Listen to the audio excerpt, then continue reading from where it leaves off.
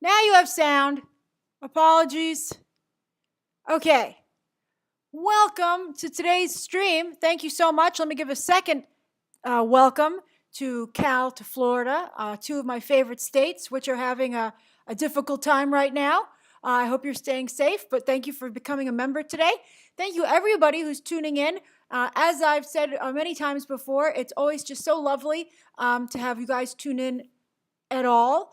Even if you can't participate in the chat, I understand it's difficult times right now. But if you can become a member, you get to not only interact with me and all the other members of the community, you guys have great conversations before I go live, but also it does help me financially, particularly during this coronavirus situation. But we have three very interesting stories to go over today.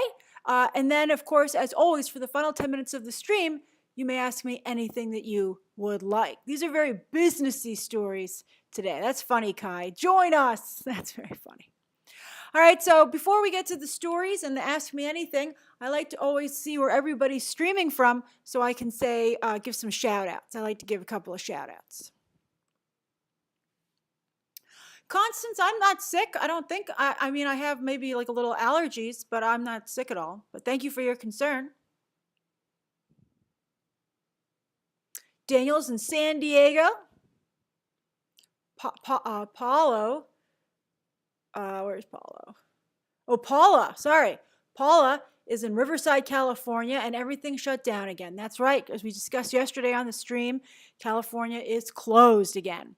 Rose is also in Los Angeles in her office having lunch. Oh, I'm glad to join you.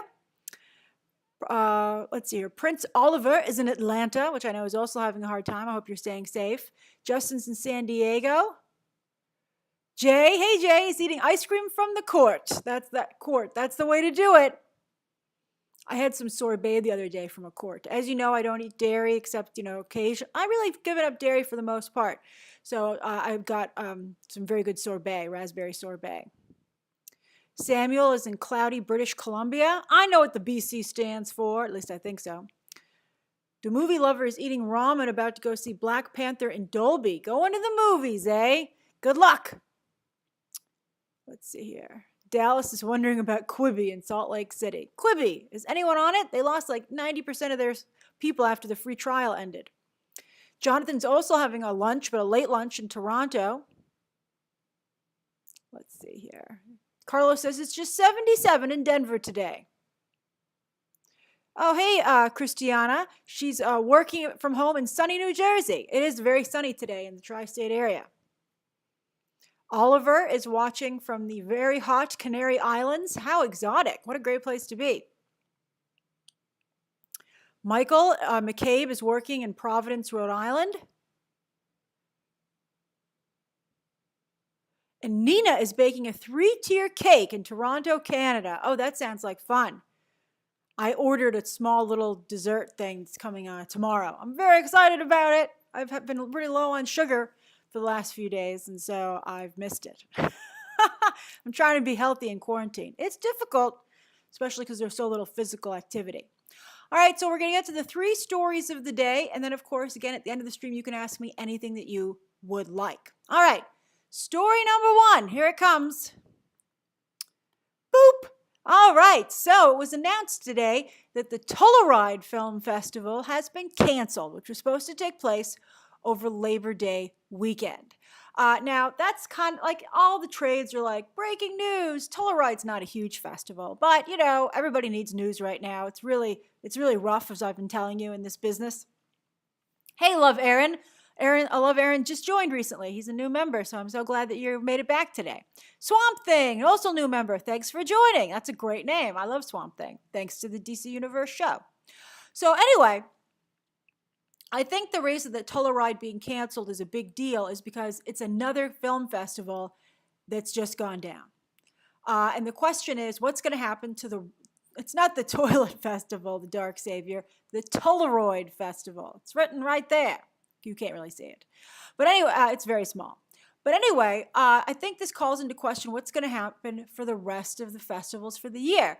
Now, the two really made, and of course, we missed the Cannes Film Festival. We missed Venice. So the question is, what's going to happen to the Toronto International Film Festival, which is supposed to be September 10th through the 19th? They've already said that it's going to be. They've already said that it's going to. You guys, I'm sorry, I'm a little stuffy, but if you could, that's just how I sound. All right. So anyway.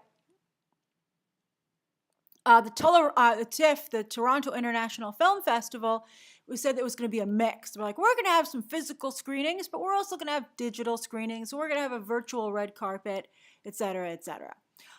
So we'll see if they can do any of the physical activity because September 10th to the 19th is coming up pretty fast. Then the New York Film Festival is right after that in late September to early October. So the question is, what does this do to Oscar campaigns? That's, I think, the big question. What's going to happen to Oscar campaigns? Because they use film festivals very aggressively to market their films and to build buzz. Red carpet photos are a very big deal from all these festivals. Critics like myself will get screeners, but I do have to say that critics, it's really great to go to the events that they have during award season. As I mentioned last year, I just was made a member of the Critics' Choice Association. So I got to finally go to all the cool events. And I really was looking to get the screeners, advance access and stuff like that. But I was surprised at how awesome it is to be invited to all these screenings.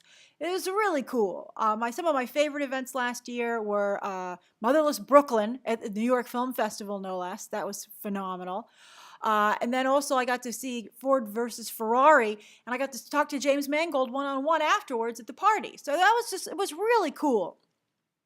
And some of you are talking about, the movie lover said, the Knives Out premiere at Toronto last year was amazing. Now that gets me to my next point. Even though us critics will still get screeners, what about all the people who attended the festivals? You're not going to get screeners because they're too worried about leaks.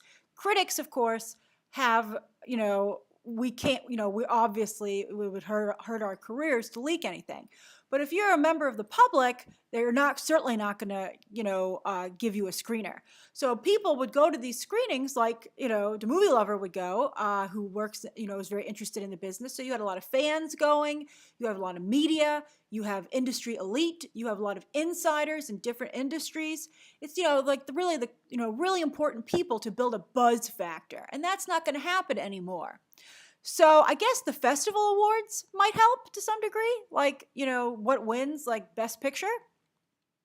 But I think still not having that big glittery event with all those people going is problematic. I think it could potentially make a more fair awards season where nobody has an edge. So I'll be curious to see what happens with awards season. And also, what's going to happen to festivals like Sundance, which are in January, which is now really, still within time, like the Oscar season. It's going to be because, Oscars, of course, have been pushed to April. So it's just a very weird timetable. So we'll keep an eye on this, but I think it's very interesting. All right, so that is Nina pointed out that Toronto is doing some drive-in screenings maybe, and they're putting a bunch of outdoor screens. That's a really interesting idea. That could be really cool. I guess you could take pictures of people at their cars. You can get your celebrity drive up there. That would be interesting. But I think the celebrity would be nervous to step out of their car without a mask on. I don't know. Put something interesting on the mask, I guess. Okay, it's always about the dress, right? And the clothes. Anyway, so if you have a cool mask, maybe that'll work. All right, so that's the first story of the day. Now, the second story of the day, hold on. Boop. All right, so I liked this headline. So I was trying to see what to cover on today's stream. So I was going through, and I saw a headline. That's funny, to movie lover. What mask are you wearing? That's funny. So I was going through the trades today, and I saw a headline, and they said, some NBC affiliates refused to air the 30 Rock special on Thursday evening. And I was like, how could they refuse to air that? And why would they want to refuse it? Now, you might remember on Movie Math on Sunday, I told you that the 30 Rock special is not just for entertainment purposes, but it's an upfront where they're going to spotlight the 2020-2021 NBC Universal slate of programming. So even further, you would think that the affiliates would want to air that because they're going to be airing those shows. But here's the wrinkle. The Thursday night special will also be strongly promoting Peacock, which is a streaming service, and of course is against the interests of affiliates, because if you cut the cord to cable, there goes their livelihood. It's actually very similar to movie theaters versus streaming. So you have a really interesting situation where you're going to see the affiliates start to emerge with all these streaming services coming out. First, it was just CBS All Access, but NBC Peacock coming in here, I think, is a big deal. So I think that's fascinating.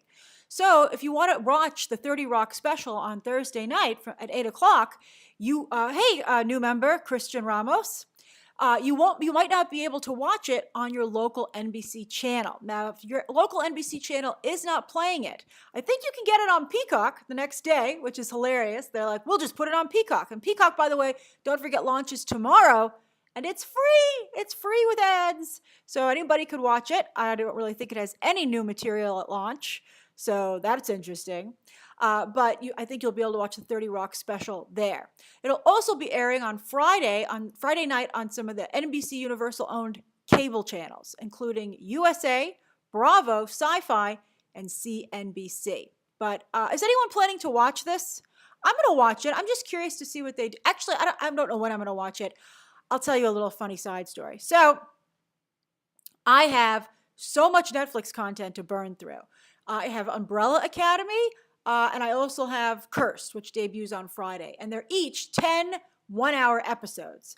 But so they didn't give me Cursed until late last night, because I really should have started it late last night. Instead, I have to basically watch it like in 2 days, because I'm not giving up my trashy television. But anyway, I watched Umbrella Academy last night. Don't tell anybody. I watched Umbrella Academy last night, and basically it's amazing. I watched 6 hours last night, which I shouldn't have done, but it was amazing. All right, the embargo lifts July 27th. That's at midnight. So I'll post my review in the morning that day. But it is pretty amazing. All right, so that's what's going on. That's the second story of the day. Now let's go to the third story. I like this one. Boop. Okay, so of course right now with Black Lives Matter, a lot of Hollywood studios and companies are trying to really sign up black talent, which is totally understandable. They want better representation. You know, Viola Davis just was on a cover of a magazine today, and she really came out against The Help. And I'm sure Octavia Spencer, who won an Oscar for that movie, was like, what? But I do agree that The Help does use a white savior setup, which is not great. But for a while, unfortunately, those were the way those movies could get made. It sucks, but, it's baby steps, although we're taking a lot of bigger steps now, boy. So anyway, the idea is to try and get more authentic, material out there from the black perspective that is at that level instead of, I think a lot of people feel that a lot of previous content has been talking down to the black community and not being, appropriately representative. Now, I will say, on a side note, that I find it really, really frustrating that the Me Too movement didn't really result in any women getting work. A lot of women just complained about why they hadn't had work, but I saw very little women getting, there was no run on female talent at that time, which I think is a little annoying. Women are always last when it comes to getting anything for themselves. It really bothers me. But anyway, Black Lives, by the way, who's getting these 2 talent deals? 2 guys. Just to be fair, I'm very happy for them. I think they're both incredibly talented. But where's Viola Davis's deal? I think she has some kind of small deal, actually. But, why she signed some big picture. She's certainly been talking about it enough. Although I did make a video last week about black actresses having a very good week in Hollywood. So everybody's doing well. So that's really nice. Oh, Anna Say made it. Anna, you weren't there on Sunday. You have a reservation on hold for the call-in show. So Black Lives Matter, though. So sorry, it sucks for the women's movement that we, yet again, didn't do as good a job. But Black Lives Matter has been doing very well in terms of getting Hollywood deals. And 2 of the latest that were just signed, one yesterday, one today, are for Idris Elba and Michael Che. All right, so the first is Idris Elba signed a first-look deal with Apple TV. So as you can see, it's a mixed bag because nobody watches Apple TV. But his Green Door Pictures, which I think is a cool name, although Seth MacFarlane has Fuzzy Door, but you'll get an idea for what the logo will look like. And anytime you see the Green Door Pictures logo, know that's Idris Elba. So he has a first-look deal with Apple, and I've explained to you before what first-look deals are. First-look deals are that you have to give Apple, so Idris Elba has to give Apple TV the first chance to produce and air any idea he develops for film or television. But if Apple TV says no thank you, then he may shop it around to a different place. Although Apple TV, I think, will take whatever Idris Elba develops. He can develop stuff for himself, or he can develop stuff for other talent that he just produces. You know, a lot of actors do that. Charlize Theron's become a very prolific producer, and so is Leonardo DiCaprio and Brad Pitt, of stuff that they're not in. So anyway, I will never forget Idris Elba's speech to the UK government about diversity in the British government-subsidized entertainment. He said, we don't have enough diversity. And he said, I'll never forget, I went to audition for something, and the description of the character was that he had a sparkle in his eye, and that's all that it was. And he said, my wife thinks I have a sparkle in my eye, and I just thought that was a wonderful speech. I mean, I liked Idris Elba before, but I really liked him after that. Youngie remembers it.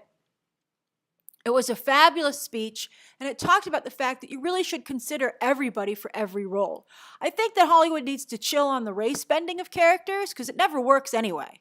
I really feel that they should focus on creating new characters or finding ones that already existed, and I think that would work better. And then nobody would be angry. You know, no actor would come into a role with some people already against them.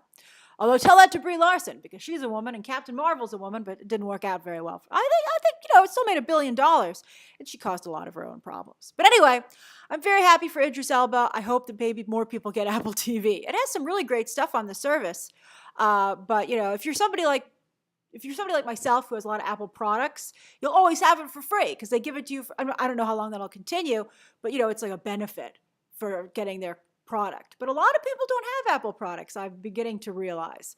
And so they don't have Apple TV. See, Ivan loved Greyhound. Yes, it was amazing. Even though the script was not that great, it was just a fantastic, fantastic film. Pokemon trainer Dimitri. Aqualad is a tough one because there's Calder, who is a character of color who's more recent to a lot of people. It's like Green Lantern has a problem. A lot of people want Hal Jordan, but a lot of people want Jon Stewart, depending on the character who had the mantle when they first started. All right, so next up, Michael Che just signed today an HBO Max deal. Now, it didn't get a lot of attention when he signed it, but hopefully the show itself will get a lot of attention. I think he's a very talented individual, and this show sounds interesting to me. But he better be really good because he's walking a fine line. So it's going to be a comedy sketch show, which will be a combination of different types of comedic material. And it's going to cover topics that are topics du jour, like police brutality, unemployment, and even things like romance, but from the Black perspective. And he says he's going to be very honest, no punches pulled. Now, clearly, it's trying to set it up to be a new Dave Chappelle show. And before Dave Chappelle, of course, there was Richard Pryor. I went one time, like the other day, I found myself going down the rabbit hole on YouTube, and I watched the Carol Burnett Gone with the Wind famous sketch, and then who was the first woman to ever host a comedy variety show, which I think is wonderful. And then she was trained by Lucy. Lucy, I don't think, had a comedy variety show, which I think that's the difference. But anyway, then I watched the Richard Pryor To Kill a Mockingbird sketch, which was equally as good. And I think some people in the comments pointed out that Richard Pryor kind of set the stage for Dave Chappelle. Is Michael Che next? Maybe. I don't know. I don't think he's as searing in his comedy, although sometimes on Weekend Update he is. I think he's fantastic on Weekend Update. And if Colin Jost is signing a bunch of deals, why not Michael Che? And I've actually seen him live in New York City for stand-up at Caroline's, and he was excellent. So I would certainly tune into this, and I'd be curious to see how he does. He was funny already. In the press release, he said, "So please wear a mask so we can begin production." I thought that was great. And by the way, it's important to point out that his grandmother died in April of coronavirus, as many people know, and he actually was really kind and paid the rent for all the tenants in her building, which I thought was really nice. Maybe I sound off today because my ear keeps clogging up. Sometimes I just have allergies if it's like too humid or something outside. Darn it! But anyway, I'm really happy for him. I think he's very talented and he'll do a great, great job. All right, so I hope it works out. I'll definitely be watching it. All right, so those are the 3 stories of the day. Let me get rid of the marker. It's 4:56, so you may ask me anything. Oh, thank you, Aaron. You may ask me anything you would like until 5:06, and then I got to go work. I guess it's bothering how I can hear. Ugh. It always happens just when I stream, too. Why? Oh, Mika, today's the 20th anniversary, though. I don't know what the next watch along will be. I've been considering Jurassic Park. Maybe, I don't know, Mika, maybe you're right. Maybe X2. I have to find out when it's going to be, though. Tom says, well, COVID-19 shut down a lot of, production. I want my TV shows. Yeah, they're not going to be filming anything in California anytime soon. I don't believe so. New York production is starting to slowly come to life, though, because we've done so well here. So, hey, Sam Automatic, thanks for joining. Maybe you'll see some stuff coming out of New York. Some of the talk shows are beginning to return. I'm glad everybody likes these watch-along ideas. X2 is by far and away the superior movie. I still remember seeing X2 to this day. I went with my family. My parents were very nice. I'm the most into comic book movies in my family by far. So I went with my parents. It was back when I used to go to the AMC on 42nd Street.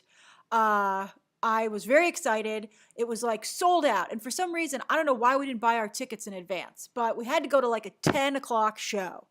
And I was like, oh, we got to go today. This is going to be so great. So we decided to go to a 10 o'clock show. It was unusually late for us to go. Maybe it was like a 10:30 show. And where there's a huge line because it wasn't reserved seating. Again, I was little with my parents, and we were so excited. And I was particularly hyping it up for them. I was like, oh, you're going to love this. This is going to be so great. And then I remember we went in, and I remember the opening with Nightcrawler. How amazing that was, right? Mandela Butterfly just talked about that. And I was like so happy. I just still remember it so well. I remember going to see that movie, particularly standing in line and watching the opening sequence. That's right, Daniel. First Class is on Disney+. Let's see if X2 is on any of the streaming services. Why is X2 not on Disney+? Let's see if X2 is on Netflix. Hold on.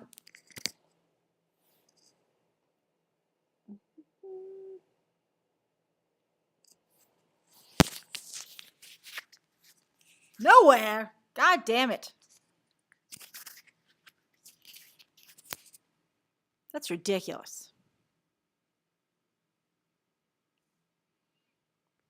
Maybe we'll watch X-Men. Do you guys want to watch X2 or X-Men Days of Future Past? I don't know. X2 has the better mystique. I really want to watch X2. Maybe we'll do X2. Sorry, it's much better. X2 is coming soon to Disney+, right? You're right, Joseph. Let me look that up. Don't you love the stream when you get to watch me look things up? Disney+. Hold on. It's coming soon. My app is loading. Oh, not yet. Hold on.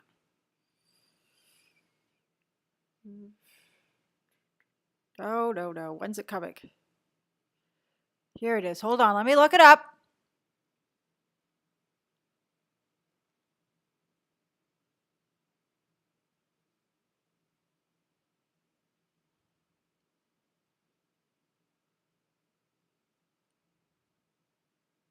One second.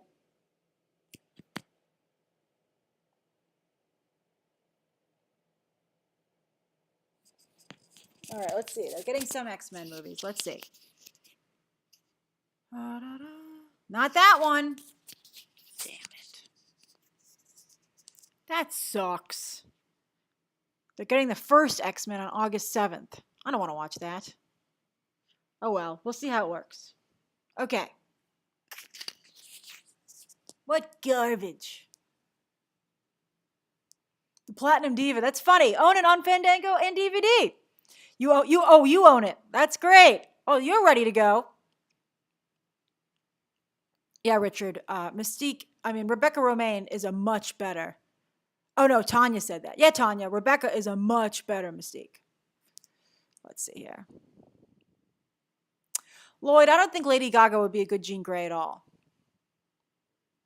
I'm sorry to say. I think she's very talented. I just don't think she's Jean Grey.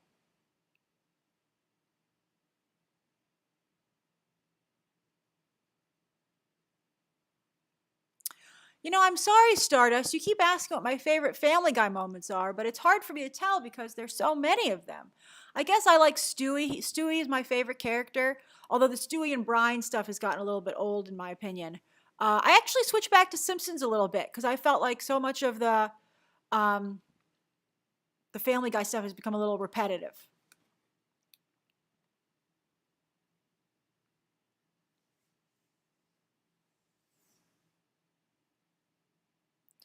Ozzy said, "What did you study in film school?" I studied filmmaking, but so I made a film and stuff like that. But I really like my cinema studies courses as well, and they were very helpful. Oh, Jico, Sebastian Stan. I think he just reacted to trying to protect his girlfriend. I don't think we're at like a DEF CON situation just yet. Should his girlfriend have done that? Probably not. She dressed like a geisha, basically.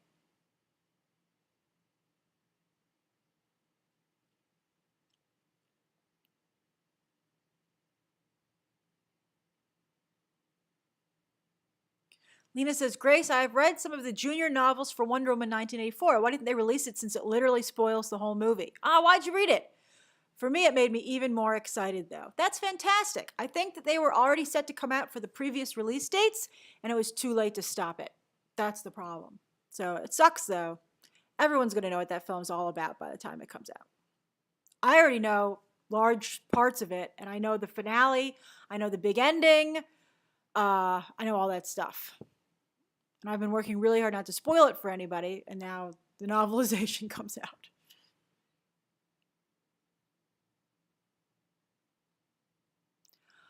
Weston says, will you return to Stargirl? I will not, because nobody's talking about it. It never trends when it airs.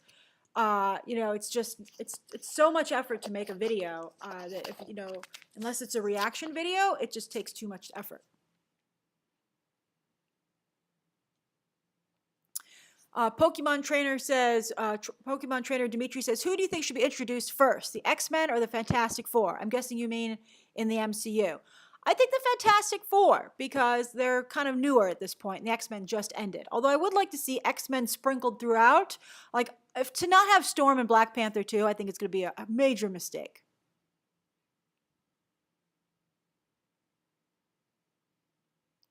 Ivan says, are you going to do a watch-along with the Marvel Disney Plus shows? Maybe. That's a good idea. Not every episode, though. You have to remember that I've already watched them in advance. And people, I don't know, because people are going to want to watch them immediately.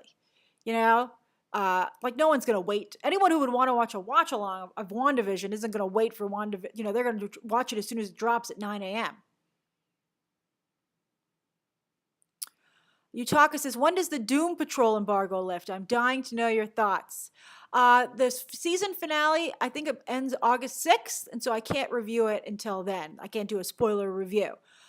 As I told you, it ends on a ridiculous cliffhanger, so I was I better get renewed. Better get renewed. Mandela Butterfly says, are you going to review every episode? Not of Doom Patrol, but I will review every episode of the Marvel shows like I did The Mandalorian. Because they're just going to have a bigger audience. Nobody's watching Doom Patrol. Which is tragic, by the way, because it's such an amazing show. But I was watching my Umbrella Academy screeners, and I was like, Umbrella Academy, Doom Patrol, the upcoming The Boys. This is all basically the same show. But I love every one of them, and I think they're all fantastic. What did Youngie say? Please do a member mask montage. Like where? Like on Movie Math? I don't know if I would do it only for members. Hey Jander, I'm sorry you're late. We have 1 minute.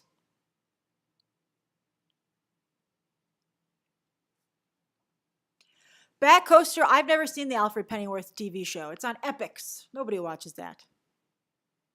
Nobody. Barbie Minaj says, Patrick Stewart or James McAvoy as Professor X. I really loved them both in the roles, although, of course, I think Patrick Stewart was more like the comic book. I'm just interested in a new one. I saw somebody recommend Giancarlo Esposito because he says Everybody wants to be in the MCU, and it must really suck for DC that everyone feels the pinnacle of their career, that they've really made it, is if they get to join the MCU. It's become quite the Hollywood club, which is so insulting to every other franchise. But anyway, that's how everyone feels. And Giancarlo Esposito the other day said, "Oh, I feel it's only a matter of time before I join the MCU." And maybe he's right, although he's voicing Lex Luthor over on Harley Quinn, and he's the new villain in the upcoming season of The Boys 2. Come on, Giancarlo. He's a lovely man, though. I've met him. He's so incredibly nice.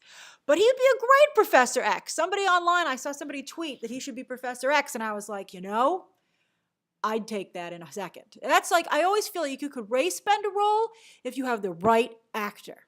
If you get the perfect actor, it works. Like, I thought Will Smith was a great Deadshot. It's all about getting someone you're just like, Jeffrey Wright is Commissioner Gordon. Jeffrey Wright is Commissioner Gordon in his bones. He's a great choice. Oh yeah, he's also in The Mandalorian. That's right. He's just crapping all over everything, Giancarlo Esposito. He would be a good Norman Osborn too, Ivan. Giancarlo Esposito is a great villain. He's a fantastic villain. Famke Janssen was a fabulous Jean Grey. I feel bad she never got to do the story correctly. But those last few seconds in X2 were amazing. Sean, I think Zoe Kravitz will also be a great Catwoman. I agree with that. I think she's also very well cast. She looks like Selena Kyle in the comics. All right, I must go. I must work on other things. Thank you so much for joining me. The next stream will be on Thursday or Friday. I haven't decided when yet, but there's one more stream this week. Thank you so much, everybody, for joining. I always have such a great time talking to you. You always cheer me up. You're all so wonderful, and I really enjoy getting the chance to interact with you. All right, have a wonderful rest of your day, and I'll talk to you soon. Bye.